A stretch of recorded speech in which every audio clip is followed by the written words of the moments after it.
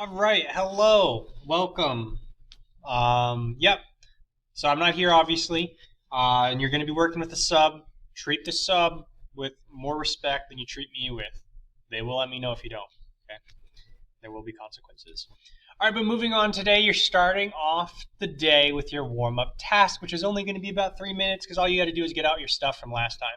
Your power vocab, which is the worksheet that looks like this, and then your pretest worksheet, which is the worksheet that looks like this, aka the worksheet you worked on last time, and then this worksheet, the power vocab, is the worksheet you worked on 2 times ago.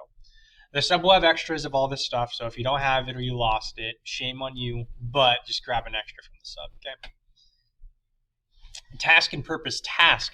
You're going to practice successful study techniques in preparation for your test next class. Well, not really next class, but let me look at my thing. The class afterwards. You're going to be having your test the week of Thanksgiving. So not next class, but the class after that. Purpose, you're going to maximize your chance for successful score on your test, and you're also going to learn successful study habits for the future. Agenda. I know I'm going really fast, but you also have a slideshow, and you can ask your sub to pause it for you and whatnot. But most importantly, you have slides, so you'll be able to slow down and see everything. I'm just trying to give you a basic run through. The agenda. You have your test preview review, which is what I'm going to do right after the slide. Individual study sessions, so a part of your study day will be you working individually, and the rest of the day you're going to be doing study groups, and I'll give you your expectations for that. All right, test preview. It's going to be a 50-point test where you're going to review all content and skills from Unit 2, and it's also a two-parted test with the vocab and close reading portion. The vocabulary section, there's going to be 2 parts on the vocab section. A matching portion, which is going to look just like the matching portion on your last Unit 1 test. However, it's going to be on paper because a lot of you guys were uber confused. So the matching portion, it's the first part of the test. No notes allowed. And then after that, you also have your vocab critical response portion, which is the last part of the test. Notes are allowed. And in total, this is going to be 20 points. Your vocab critical response portion was something you did not see on your last test. Basically, it's going to be you're going to have a little word bank of your 10 vocab words. You're going to choose 5 of them at least, and then you're going to write a response to a prompt I will give you. I can't give you that prompt right now, but just have a good understanding of your vocab words, have a good understanding of American imperialism and history, and you'll be okay. Each of these parts, the matching portion and the critical response portion, are each 10 points each, therefore making 20 points for the combined vocab portion. Next up, you got the skills section. It's a close reading. Well, technically 2 close readings. You're going to have to do steps 1 through 3, the recon, annotate, summarize, and evaluate for both of those close readings. You're like, that's a lot. Well, not really, because the close readings are only a page. So, yeah.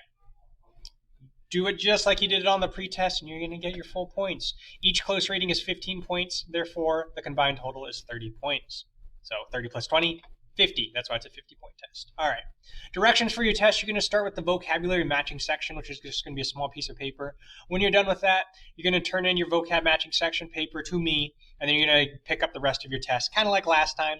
You're also allowed to get out your Chromebook because you're going to need to do the reading online, and you're going to conduct the close reading there. Yep, so that's kind of like what you're working towards. So while you're doing your study day stuff, kind of keep this in mind. I have this not next class, but the class afterwards, this test. That's 50 points, and it's a big deal. All right, your individual practice. You're going to be doing the back part of your worksheet. So just your what worksheet I'm referring to is the pretest worksheet, Unit 2, American Imperialism. This one. Just turn it over and do the close reading there. You're going to have the PDF online just like last time, and you're going to read the reading just like last time. It's only pages 4 and 5 in the same PDF we read from last time, which is going to be in the daily post. You're going to have 35 minutes to complete this task. Just do the back of your worksheet. You're going to be silent when working on this task. When you're done, well, I'll kind of explain to you what you get to do when you're done, but when you're just done, you can come up to the desk of the teacher, the sub, and she will show you the correct answers on the answer key, and you can kind of compare your thing. All right, sorry for that weird choppy pause. There was a guy who came in and I told him to leave.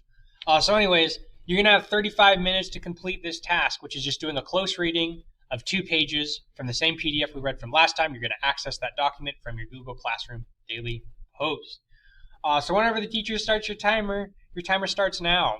But again, like I was saying, sorry you interrupted my train of thought. When you're done, you're allowed to come up and compare your answer to the correct answer key, which I made for you at that point.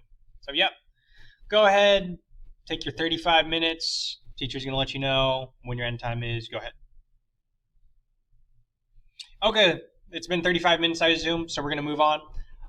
So, yeah, you did your practice, and now you're going to move on to the rest of the day. So your study group strategies, just like last time, it is important that you involve all members. Just like last time, it's important that you're organized and focused. And just like last time, it's important that you create helpful products.